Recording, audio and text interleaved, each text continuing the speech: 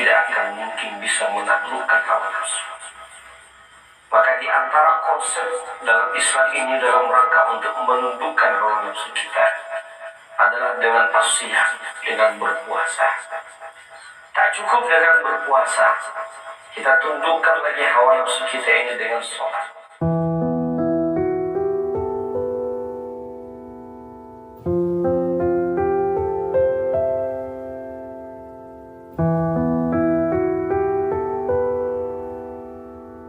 Assalamualaikum warahmatullahi wabarakatuh. Alhamdulillah, nahmaduhu wa nasta'inuhu wa nastaghfiruh wa nastahdi wa na'udzu billahi min shururi anfusina wa min sayyiati a'malina. Faman yahdihillahu fala mudilla lahu. أشهد أن لا إله إلا الله وحده لا شريك له وأشهد أن محمدا عبده ورسوله لا نبي ولا رسول بعده إن الله وملائكته يصلون على النبي يا أيها الذين آمنوا صلوا عليه وسلموا تسليما اللهم صل وسلم وبارك على محمد وعلى آله وصحبه أجمعين أما بعد. قال الله تعالى في كتابه الكريم بعد نعوذ بالله من الشيطان الرجيم بسم الله الرحمن الرحيم قل إن كنتم تحبون الله فاتبعوني يحببكم الله ويغفر لكم ذنوبكم. وقال أيضا من أحيا سنتي وقال النبي صلى الله عليه وسلم من أحيا سنتي فقد أحبني ومن أحبني كان معي في الجنة. وقال النبي صلى الله عليه وسلم أيضا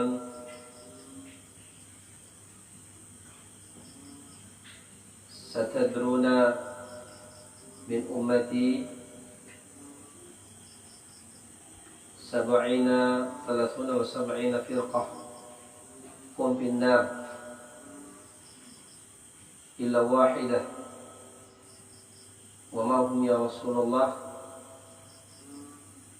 من علي وأصحابي. وفي حديث آخر للجماعة أو كما قال النبي صلى الله عليه وسلم وبعد. Alhamdulillah, pertama kita bersyukur kepada Allah Subhanahu wa Ta'ala bahwa pada malam hari ini, pada malam Jumat ini, kita berada di surau kita, surau Al-Khairat, dalam keadaan sehat walafiat, dihantarkan oleh Allah Subhanahu wa Ta'ala sampai ke tempat pengajian kita dan tempat zikir kita.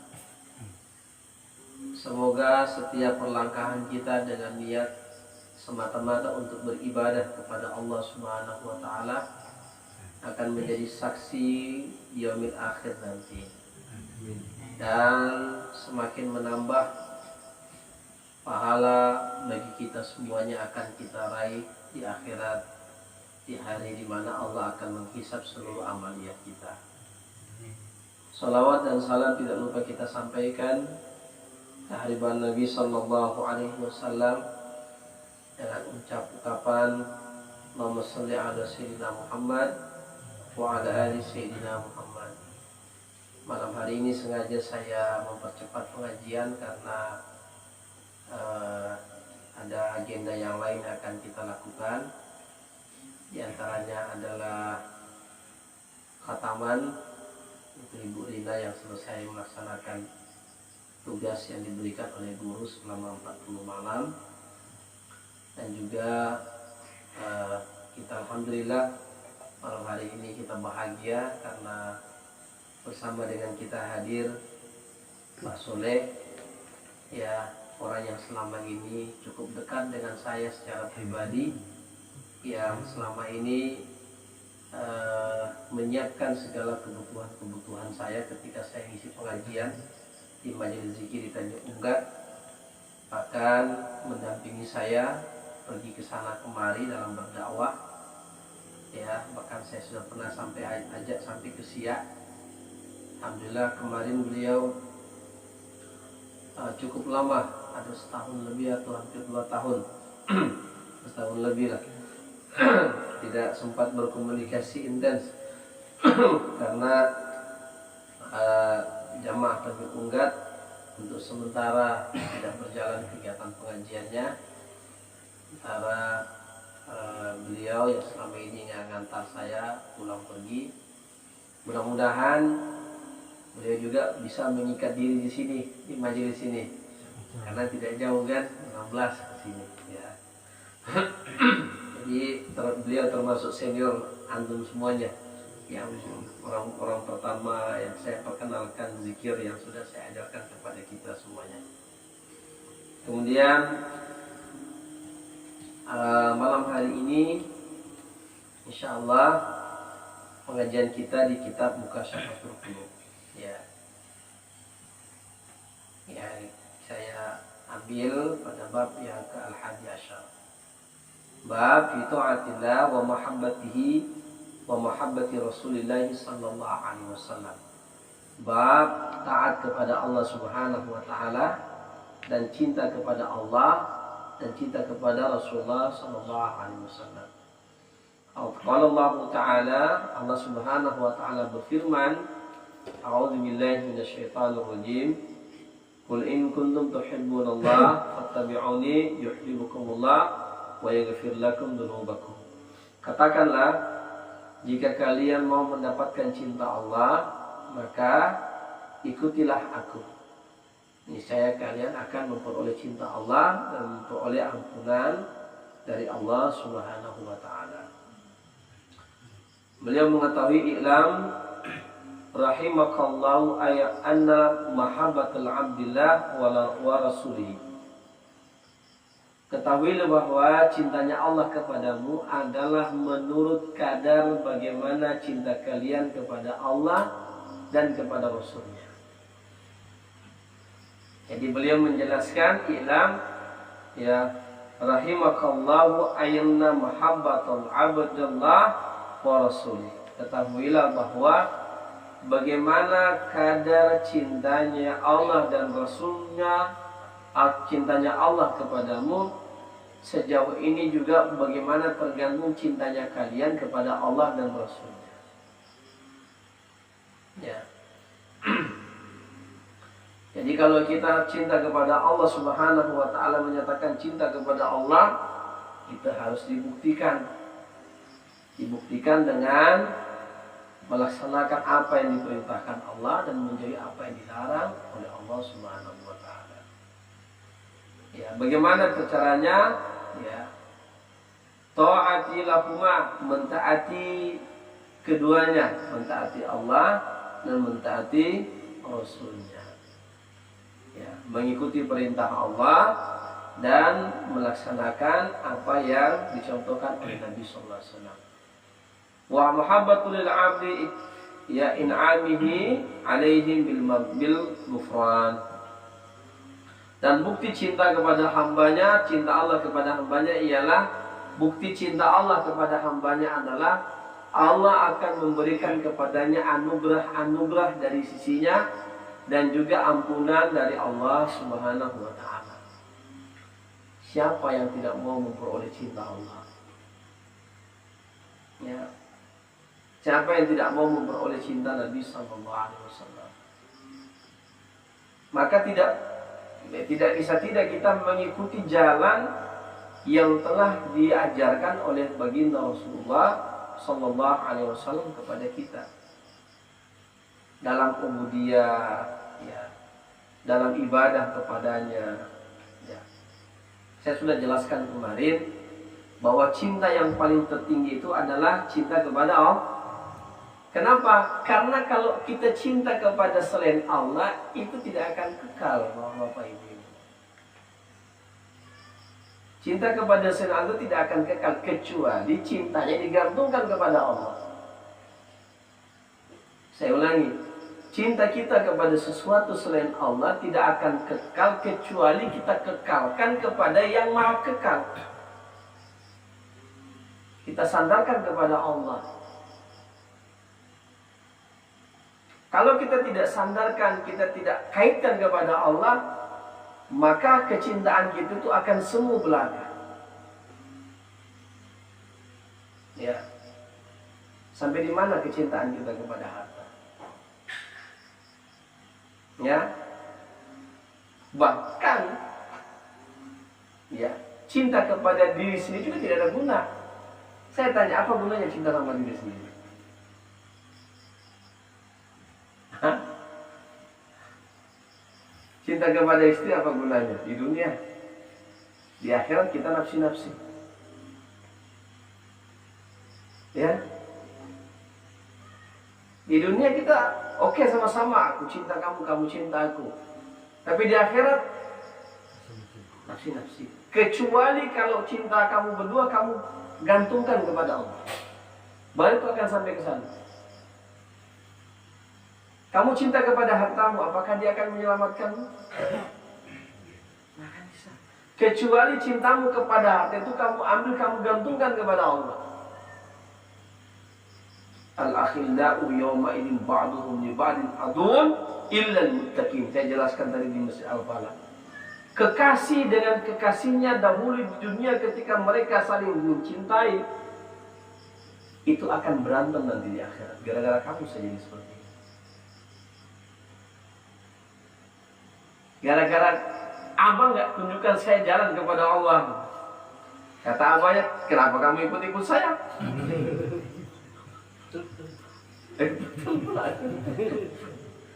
Ya.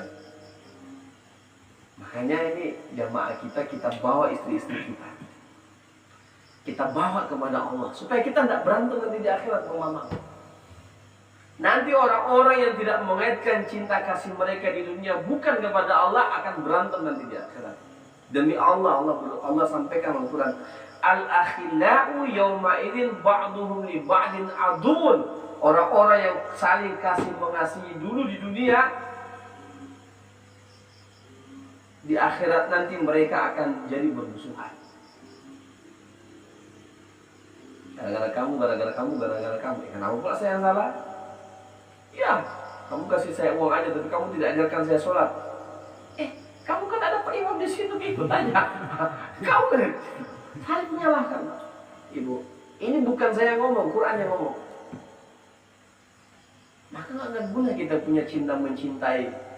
Cobalah, ada nggak ada seorang suami yang ikut sama istrinya kalau dia mati? Belum ada. Aku mencintaimu sayang, sehidup semati. Satu hidup satu mati, begitu satu meninggal, nangis di atas saja. Nangis di atas saja. Ada nggak yang mau dikuburkan bareng? Ada. Mau dia sampai menangis darah, dia nggak mau juga ikut bareng dalam dikubur. Inilah. Jadi gimana caranya Ustaz? Caranya cantolkan cinta kamu berdua kepada Allah, dia akan kekal. Katanya Allah, orang-orang yang mencintai di dunia itu mereka akan saling bermusuhan di akhirat, illal muttaqin, kecuali orang-orang yang dahulu di dunia mereka saling bawa untuk menuju kepada takwa. Akan saling memberi syafaat malah sebaliknya, akan saling menguntungkan. Mana suamiku ya, kejeblos gak ke neraka. Datang istrinya, ayo bang ikut sama saya ke surga. Atau ada istrinya masuk dalam neraka, ayo dia ikut saya dalam surga. Akan begitu. Yang kepala kan murid. Itu maksudnya Bang Mamang ajak ibu untuk kamu. Alhamdulillah sekarang sudah mau khatam. Jadi itu yang dimaksud dengan mahabbah.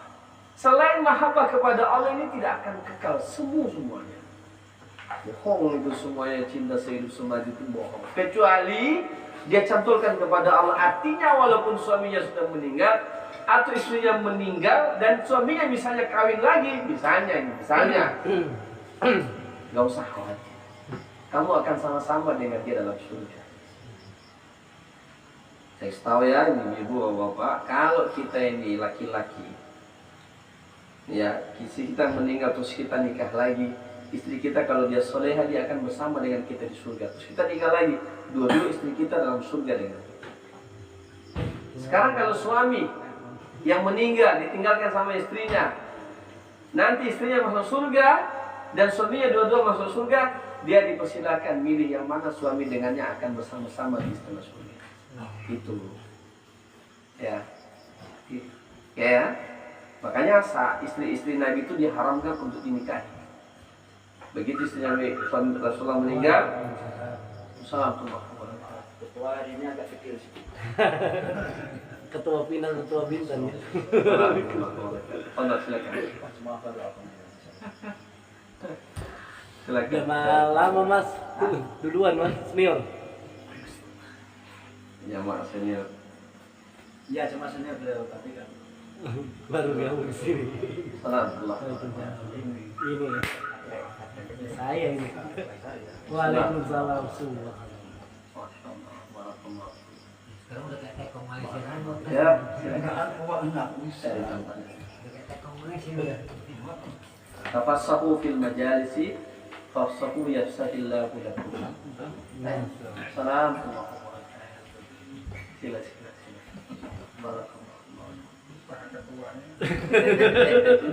Boleh sorong-sorong.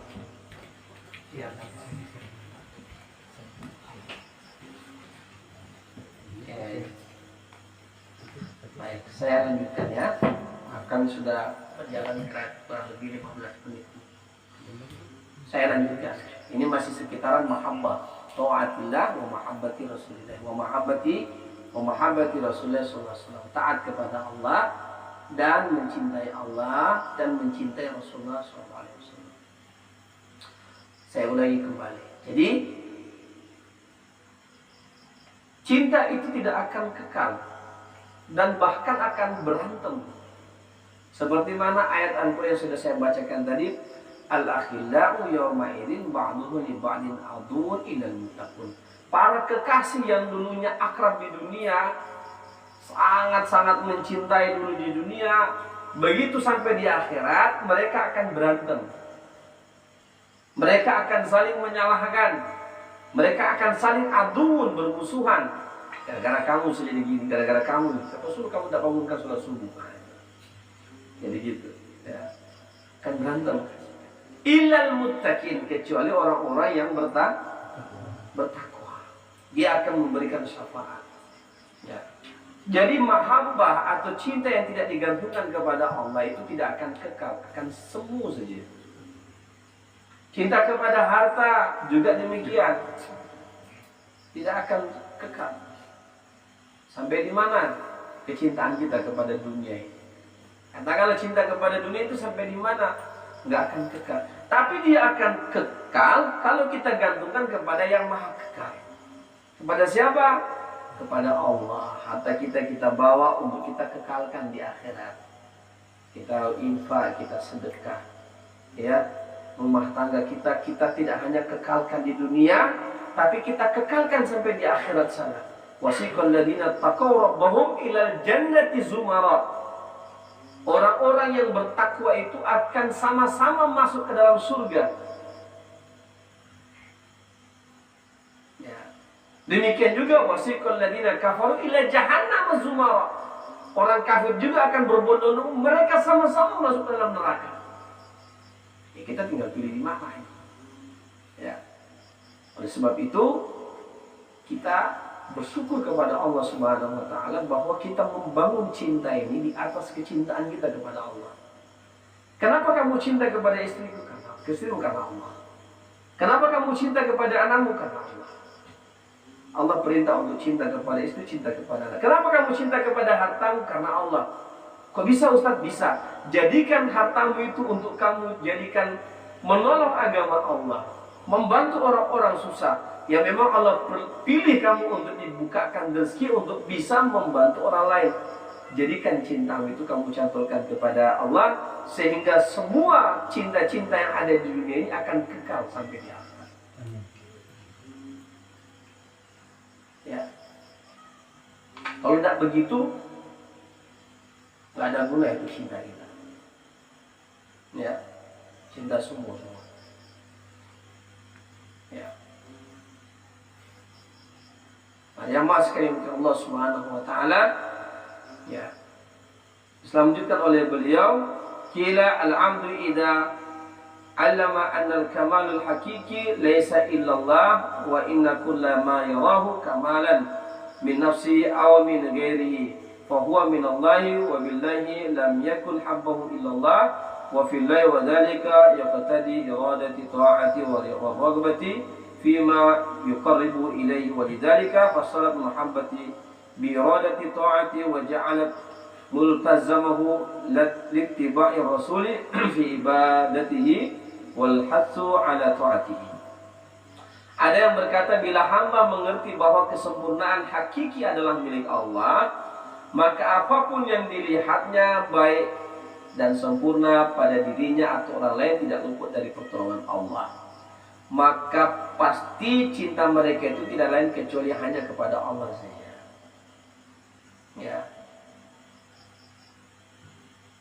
Allah itu sudah sangat baik sama kita. Ya. Allah sudah sangat baik sama kita. Tidak ada yang paling baik kecuali Allah Subhanahu wa taala. Tidak ada yang paling baik kecuali Allah Subhanahu wa taala. Kita berbuat taat, Allah kasih. Kita berbuat maksiat, Allah juga tetap kasih. Bahkan yang perlu kita syukuri hari ini adalah bahwa ketika kita terjerembab dalam dosa, misalnya, kita masih diberi Allah peluang untuk mau bertobat lagi.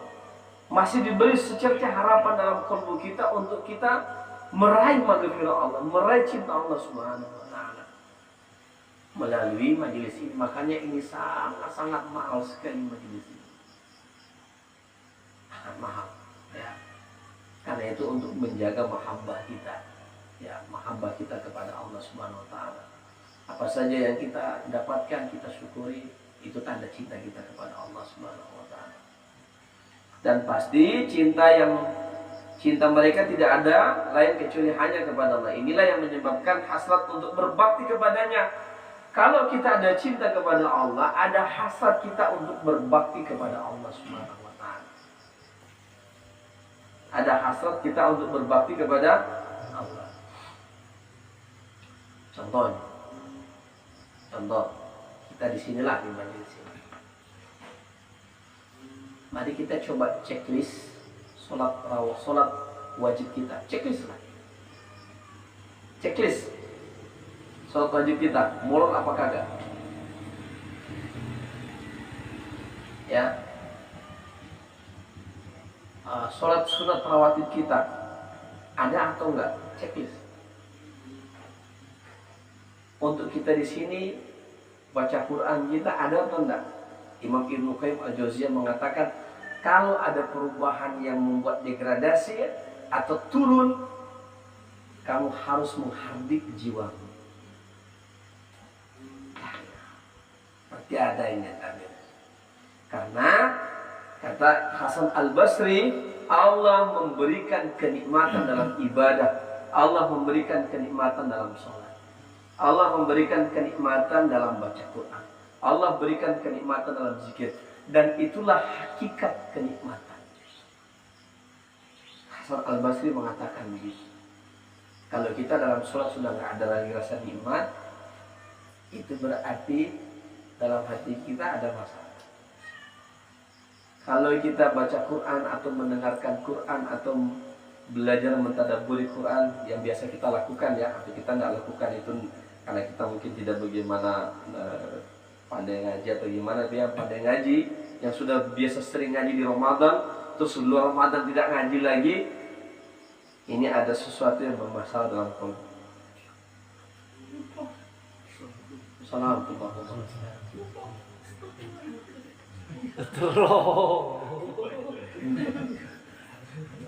Habis kena omel. Ketinggalan Bapak Maria ya. Itu takdir Allah itu. Tidak disengaja. Kata Allah.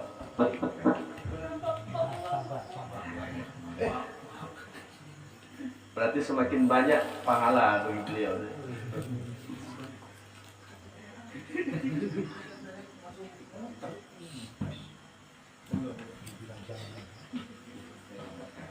Di dalam kitab ini dinyatakan bahwa kalau kamu ada cinta kepada Allah, maka kamu memiliki hasrat yang sangat kuat dalam ibadah.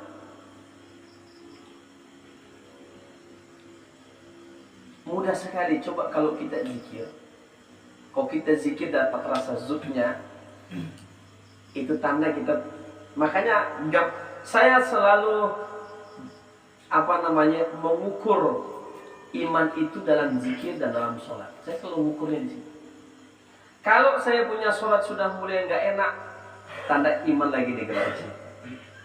Mau minta cepat-cepat itu tanda iman udah turun. Apapun alasannya, mau karena kerja keras, mau karena apa, hayya 'alas shalah, hayya 'alal falah. Tidak ada sesuatu kemenangan yang hakiki kecuali ada dalam sholat. Tidak ada kenikmatan yang hakiki kecuali ada dalam sholat. Hayya 'alas shalah, hayya 'alal falah. Kamu sholat, maka kamu akan memperoleh kemenangan yang hakiki, mendapatkan kesempurnaan nikmat yang hakiki ada dalam sholat. Satu lagi, karena sholat itu adalah saatnya kita berzikir kepada Allah. Aqimis sholata li zikri, dirikanlah sholat untuk mengingatku. Maka coba kita cantolkan hati kita ketika zikir. Nyangkut nggak kita punya hati? Kalau nggak nyangkut kita punya hati dalam zikir, berarti ada masalah dalam kalbu kita. Kenapa zikir ini tidak enak? Ada masalah di sini. Ini kata Hasan Al-Basri rahimahullah ta'ala. Salah seorang ahli tasawuf tabi'in di masanya. Dan beliau seorang yang sangat yang menjadi rujukan para alim ulama, para mursyid dalam menggapai muraqabatullah. Hasan Al-Basri rahimahullah ta'ala. Ya. Makanya kata beliau, kalau kamu tidak menemukan kenikmatan dalam sholat, tidak menemukan kenikmatan dalam baca Quran, tidak menemukan kenikmatan dalam zikir, berarti nikmat Allah dikunci buatmu. Wah, itu saya takut sekali itu. Ya, karena apalagi nikmat di dunia ini sebenarnya yang mana sebenarnya nikmat di dunia ini? Kalau kita mau pikir-pikir ya, kalau kita tafakur, sebenarnya nikmatnya di dunia sebenarnya yang mana? Makan. Habis makan selesai. Ya. Dan tersebut. Ya. Mohon maaf, hubungan biologis misalnya. Habis itu, ya sudah. Ya. Mohon maaf. Ya. Atau kita party misalnya gitu ya. Ada cerita itu salah seorang tabi namanya Bishr bin Al-Hadi. Beliau seorang ahli hadis. Itu dulu seorang pemuda yang ahli party. Wah, ahli party itu apa namanya? Pesta.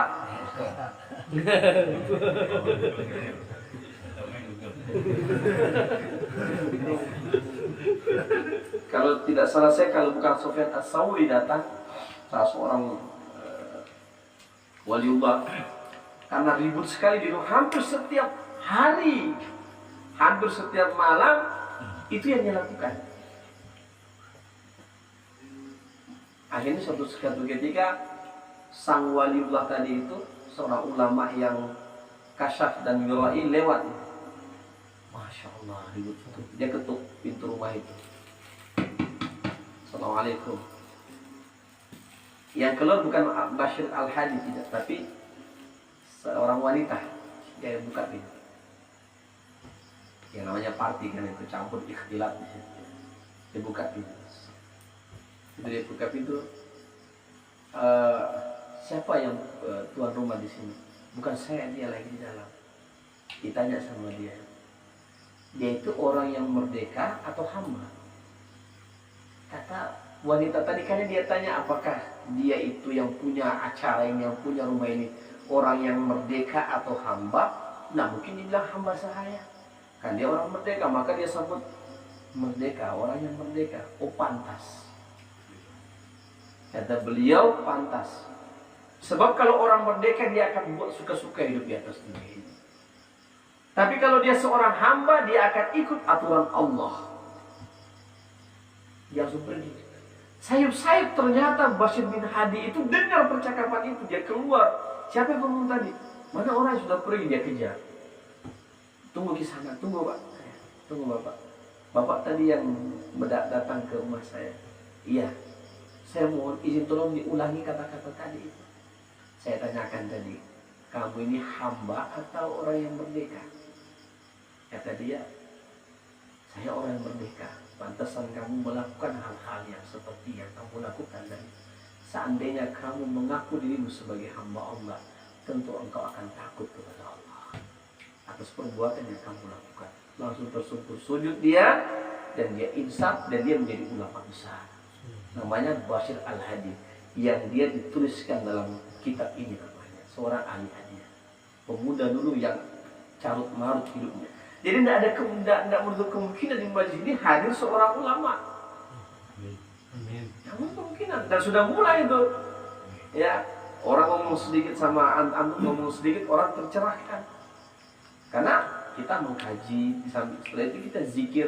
Kita tidak hanya membenahi akal, tapi kita sekaligus membenahi qalbu. Disinilah pentingnya saya hadir di majelis ini, dan saya selalu mengutamakan ini, karena saya membutuhkan ini majelis. Kenapa? Karena Nabi SAW, alaikum bil jamaah, senantiasalah kalian berada dalam jamaah, karena domba itu mudah diterkam serigala kalau dia bersendiri. Makanya kalau ada sudah 2-3 kali nggak hadir, udah mulai. Kita ini bukan, iman kita tidak seperti para sahabat, karena mereka berada di lingkungan yang Islami. Kalau kita berada di lingkungan yang Islami, yang tidak mengantarkan kita untuk menjadi hamba-hamba Allah yang taat. Saya aja di lingkungan pondok pesantren ya. Kalau di luar, udah kacau balau. Ya.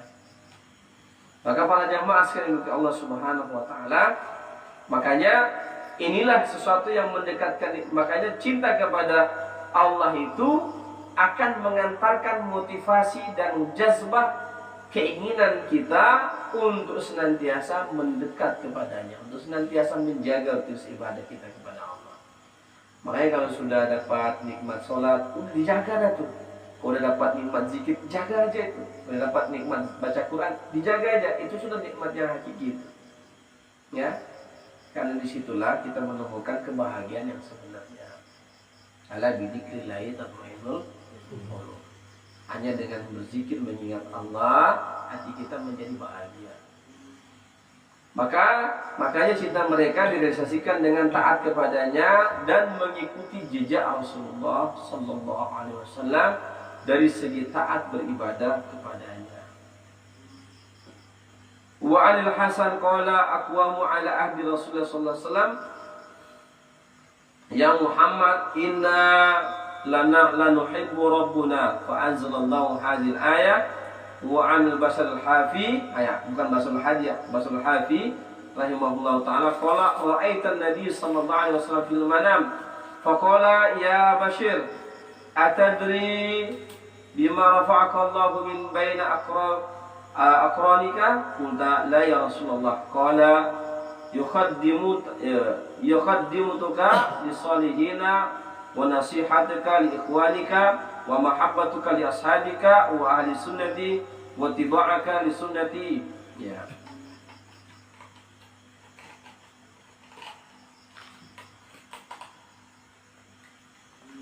Qala Nabi sallallahu alaihi wasallam, man ahya sunnati faqad ahabbani wa man ahabbani kana ma'i fil jannah, kana ma'i yaumil qiyamati fil jannah. Ada kisah menarik di sini. Yang saya katakan Bashir Al-Hafi ya. Beliau dari Hasan berkata, para umat zaman Rasulullah sallallahu alaihi wasallam selalu berkata, ya Rasulullah, ya sesungguhnya kami amat mencintai Rabb kami. Ya. Inna lana lanuhibbu rabbuna, sesungguhnya kami sangat mencintai Rabb kami. Ya. Kemudian Allah menurunkan ayat di atas. Qul in kuntum tuhibbunallaha fattabi'uni yuhibbukumullah. Kalau kamu mau mendapatkan cinta Allah, ikutilah aku. Ikutilah Nabi SAW. Jadikan Nabi sebagai qudwah kita. Jadikan Nabi sebagai contoh kita. Ya, jadikan Nabi sebagai contoh. Min qawlihi wa fi'lihi wa taqririhi ya khulquhu wa khalqihi.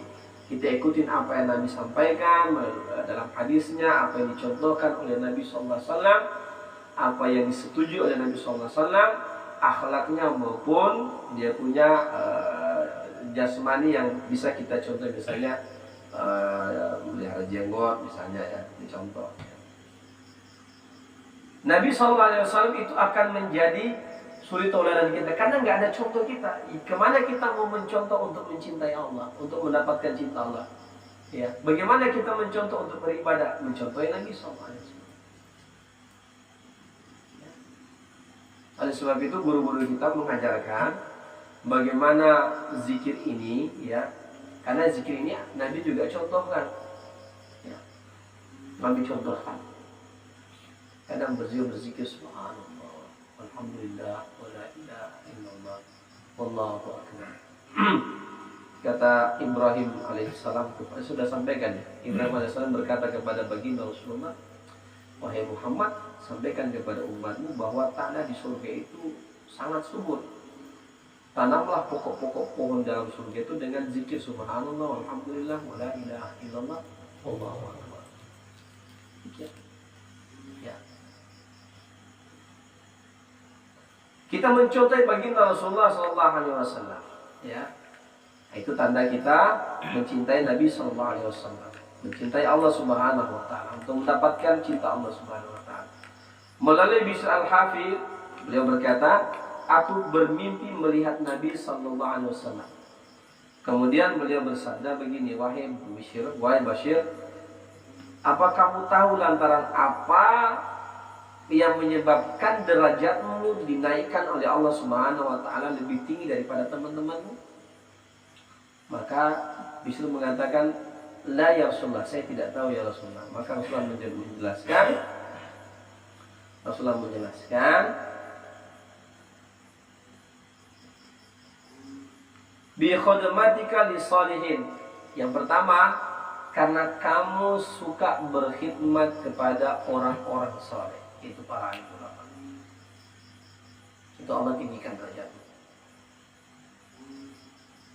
Ketemu sama Ustaz Abdul Somad, ketemu sama Ustaz siapa saja, kiai siapa saja, berkhidmatlah. Ya, walaupun hanya sekedar kamu bukakan pintu ya bagi dia. Ya. Saya dulu sangat ngefans berat sama Kiai Haji Zainuddin MZ. Maka ketika pada waktu di Gorontalo itu dia datang, dia ceramah di Masjid Agung, itu banyak sekali orang yang berkerumun mau menyalami beliau. Karena saya lihat beliau kasihan, takut nanti beliau sesak, saya langsung peluk dia. Dan berharap berkah. Pokoknya jadi tamu. Ya Allah, dalam hati saya, ya Allah, kau tak bisa posisi seperti beliau, jadilah sedikit. Mungkin itu juga doa yang Allah kabulkan ketika saya mengunjungi beliau itu sampai di luar masjid. Karena orang sudah berjibun. Ya. Jadi berkhidmat kepada seorang yang saleh, orang yang wirai, orang yang kita tahu memiliki kedalaman ilmu, bahkan kepada guru ini yang lebih penting. Ini mohon maaf ya, saya tidak khusus saya tidak ya. Imam Ibnu Qayyim al-Jauziyah mengatakan ada dua orang ayah. Yang pertama Abu Tin, yang kedua Abu Fiddin. Yang pertama adalah ayah secara nasab. Yang kedua adalah ayah yang mendidik kamu, mengajarkan kamu ilmu agama. Baik guru kita punya guru ngaji, ya. Itu ayah kita yang mengajarkan kita sampai kita tahu ngaji. Ya, atau guru yang ada di tempat ini misalnya, ya sudah memberikan kepada kita ilmu.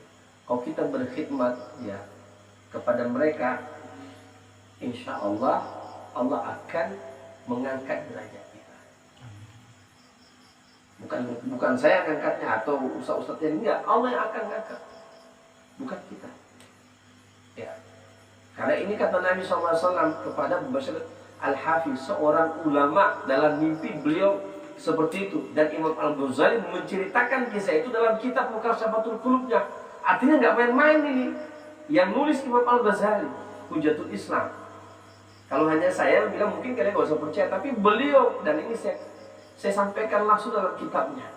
Artinya ini memang jalan bagi kita untuk riyadhah, memperoleh kedudukan di sisi Allah Subhanahu wa taala. Seperti mana para sahabat berupaya berkhidmat kepada Nabi sallallahu alaihi wasallam. Nabi tidak minta tapi berkhidmat kepada beliau, menjadikan siapa? Anas bin Malik. Tahu Anas bin Malik? Anas bin Malik itu dulu khadamnya Rasulullah. Begitu dia sudah Rasulullah meninggal, dia menjadi orang yang sangat kaya, memiliki anak yang banyak, ya, dan memiliki harta, dan usianya dipanjangkan oleh Allah. Itulah pembantu Nabi yang bernama Anas bin Malik. Subhanallah. Jadi insya Allah tidak akan sia-sia. Ya. Yang kedua, kata baginda Rasulullah kepada beliau, wa nasihatuka li ikhwanik, karena kamu suka memberi nasihat kepada saudaramu. Ya, kamu tidak membiarkan kamu punya saudara terjerumus. Kalau kamu teman yang baik, pasti akan mengingatkan kawannya. Tahu namanya shadiq. Shadiq itu adalah, kalau dalam bahasa Arab, shadiq itu adalah teman akrab, teman karib, itu shadiq. Ya, beda sohib. Nanti bahasa Arab ini memang kaya. Ada yang sohib, ada yang shadiq, ada yang jalis. Kalau jalis itu teman duduk, kayak gini teman duduk. Ada yang shadiq, itu teman akrab. Ada yang khalil, kekasih, itu lebih akrab lagi. Jadi shadiq itu artinya siddiq. Teman itu adalah teman yang jujur sama kawannya. Kalau kawannya salah, dia katakan kawan salah antum. Itu jujur berarti kawannya itu. Berarti dia orang yang soleh. Kalau kawannya salah, dia katakan salah. Jangan kawannya salah, mantap itu bang. Ya, dia tak jujur. Mentang-mentang Pak RT kawannya kan, Pak RT salah nih, salah membagi misalnya kan, membagi apa itu? Sembah. Pak RT lebih mendominasi familinya ini contoh. Tapi kalau Pak RT kita insya Allah, ya beliau orang yang adil dan bijaksana. Ya. Amin. Insya Allah. Ente saya. Misalnya, ya. Jadi Pak RT ini misalnya salah, dia tidak adil dia membagi. Dia lebih mengutamakan familinya. Kata Pak Waria, mantap sudah Pak RT. Nah, itu salah kawan tuh. Itu kawan tak jujur. Yang benar Pak RT, mohon maaf, berkawan kita berkawan. Kalau Pak RT salah, tetap saya jujurkan, saya luruskan. Nah, itu namanya kawan yang sejati. Kawan yang tidak mau kawan itu terperosok di dalam dosa dan kejahatan dan kesalahan. Itu namanya siddiq. Siddiq itu. Siddiq itu teman akrab. Shadiq teman akrab. Diambil kata siddiq. Siddiq itu jujur. Jadi teman yang akrab itu dia akan jujur. Carilah teman yang jujur. Tapi bukan terlalu jujur pula, mentang-mentang badannya itu adalah wahai kawan Hajar Aswad. Sudah, bukan begitu maksudnya.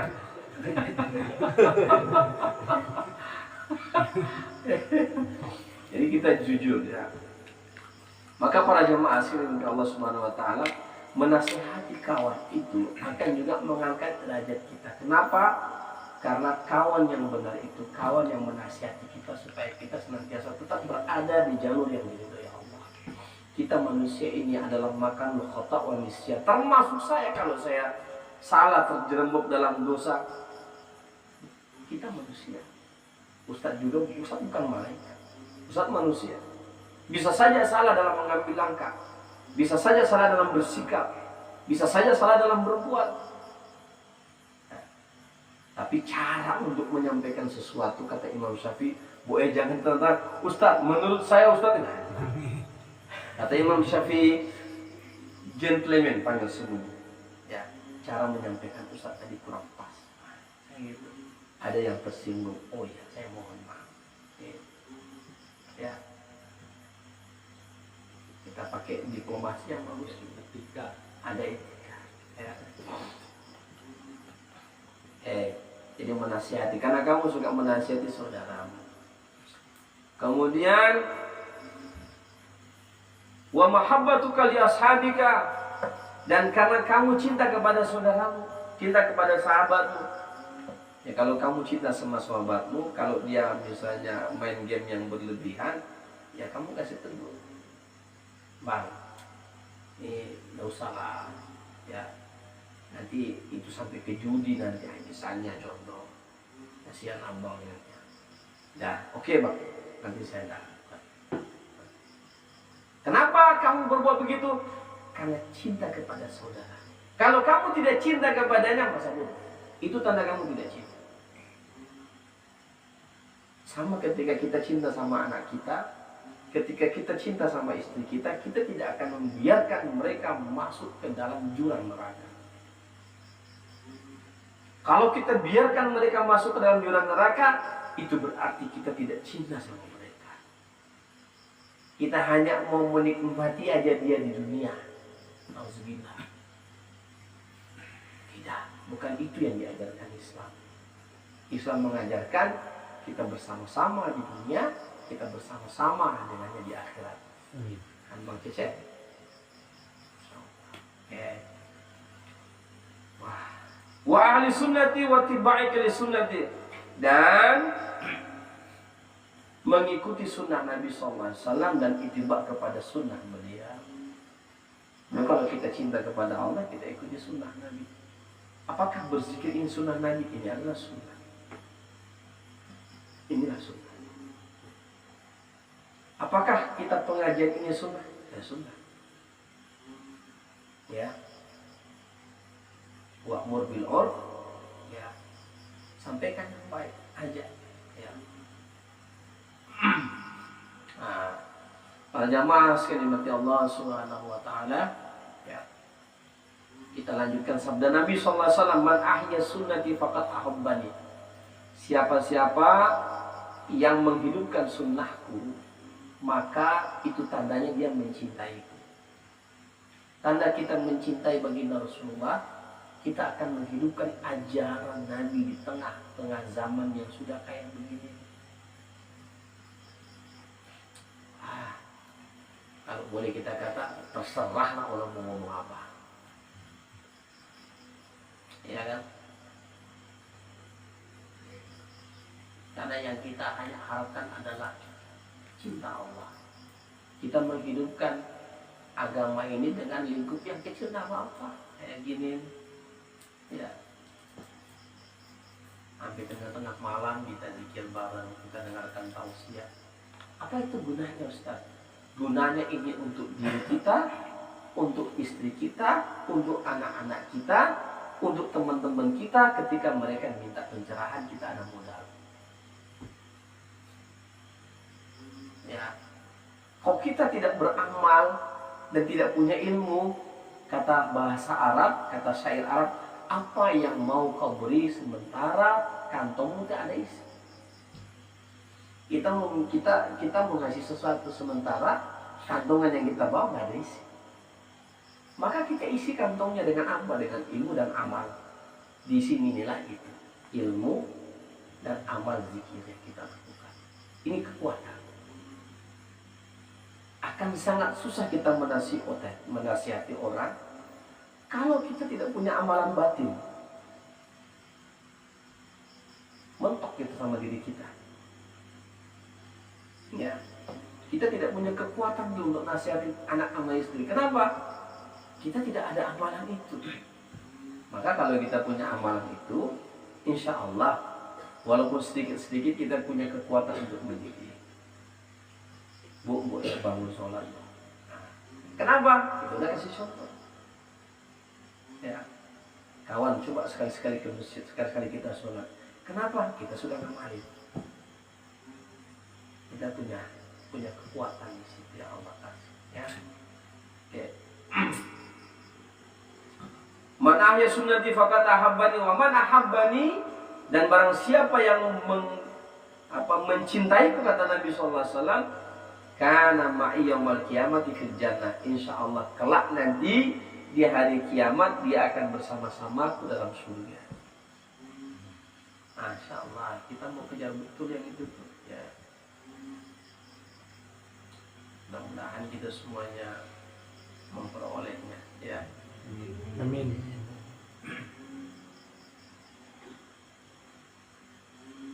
Saya lanjutkan terakhir, ya. Wajah fi asaril masyhur, ada satu ungkapan yang masyhur dari para sahabat, annal mutamassika bi sunnati sayyidil khalaiqi wal mursalin inda fasadil khalqi wa ikhtilafil madahib lahu ajra mi'ati syahidah. Kada fi syariatil Islam, fi syariatil Islam. Asar mengatakan bahwa yang masyhur, siapa-siapa yang berpegang teguh kepada sunnah Nabi, kepada ajaran Nabi sallallahu alaihi wasallam di tengah-tengah kekacauan di akhir zaman, ya, maka dia memperoleh pahala ajru mi'atu syahid, seperti mana pahala orang 100 orang mati syahid. Ya. Jadi kalau kita menghidupkan, misalnya ini, menghidupkan sunnah Nabi ini, seperti ini, kita zikir, kita ngaji, ya, kita hidupkan sholat sunat berjamaah, kita menghidupkan sunnah Nabi, maka kita memperoleh pahala seperti mana pahalanya orang yang mati syahid, 100 orang mati syahid. Subhanallah, di akhir zaman, Pak, inilah yang disebutkan Nabi SAW itu di akhir zaman ini. Boleh kan? Boleh kita kasih contoh. Coba tengok di masjid Al-Falah aja, tengok berapa orang yang sholat berjamaah, berapa puluh orang itu umat Nabi SAW di situ. Kan? Makanya ambil itu, peran itu ambil. Nggak apa-apa, Ustadz, boleh nggak kita ini melakukan amal untuk berupaya beramal dengan sebab meraih pahala-pahala, itu boleh. Iman kita masih standar itu dulu, nggak apa-apa. Makanya fadailul amal disebutkan, hadis-hadis yang menyangkut masalah fadail amal boleh dipakai. Kenapa? Untuk memotivasi kita dalam beribadah. Kenapa? Karena standar kita ini, nafsu kita ini selalu menghalang-halangi kita. Maka kalahkan nafsu itu dengan janji-janji Allah. Janji Allah begini, oh, ini kalau saya bangun pergi sholat berjamaah saya dapat ini. Tidak bisa tidak, kita ini manusia ciptaan Allah. Untuk apa Allah buat surga? Kalau supaya kita ini, supaya ada dorongan kita untuk beramal ibadah. Kalau kita sudah sampai ke makamnya para wali, udah kita nggak pentingkan lagi itu masalah surga. Aku yang Allah saja. Ya, yang penting Allah ridha. Iya, tapi kelasmu belum sampai di sana. Kelas itu mau nanti kamu usaha kamu dapat. Itu yang sekarang ini yang kita lakoni gitu. Kita sekarang lagi transaksi dengan Allah. Saya berbuat ini, saya dapat apa ya Allah? Allah kasih. Kalau kamu buat ini, kamu dapat ini. Kalau kamu buat ini, kamu dapat surga. Kalau kamu buat ini, kamu dapat 100 orang mati syahid. Itu Allah yang ciptakan kita, dan Allah tahu kita itu maunya kayak gitu. Tapi nanti ketika kita sudah terus udah sampai pemahaman dan pengetahuan kita, maka ilmu tasawuf mengajarkan sana. Terakhir nanti kita hanya menghadap ilahi antal maksudi wa ridha matlubi. Makanya kita selalu sebut-sebut itu dalam riyadhah dan zikir, supaya itu menjadi mindset kita. Kenapa? Karena kebiasaan kita itu kalau mau melakukan sesuatu ada transaksi, Pak. Saya ikhlas, Pak Ustadz. Ya ikhlas. Ada ikhlas yang betul-betul. Ikhlas mendengkul. Ikhlas terus ini Ustaz. Lu lagi, gitu kan? Iya, manusiawi sekali ya. Kalau sekali kita pinjam uang sama orang, dia ikhlas. Pinjam yang kedua, udah mulai. Pinjam yang ketiga, maaf nggak ada yang tepat. Pinjam yang keempat, itu manusia. Ya, Tapi Allah tidak begitu. Selagi kita bertransaksi terus dengan Allah, maka Nabi mengatakan, Allah mengatakan dalam hadis qudsi, selagi kamu terus berbuat baik, aku juga akan balas apa yang kamu lakukan sampai kamu puas. Sampai kamu puas. Walau sawfa yu'tika rabbuka fatarda. Sampai kelak kamu puas setelah melakukan itu.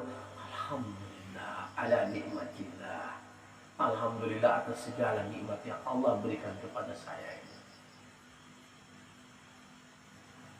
Boleh ya? Ini ada 10:30 dah. Cukup lagi ya? Ada 1 jaman ini kita ngisi tausiah malam hari ini. Ya. Mudah-mudahan ya ini bisa bermanfaat buat saya pribadi dan kepada kita semuanya. Dan yang mau dikhatamkan silakan ditaruh tumpengnya, tumpeng enggak?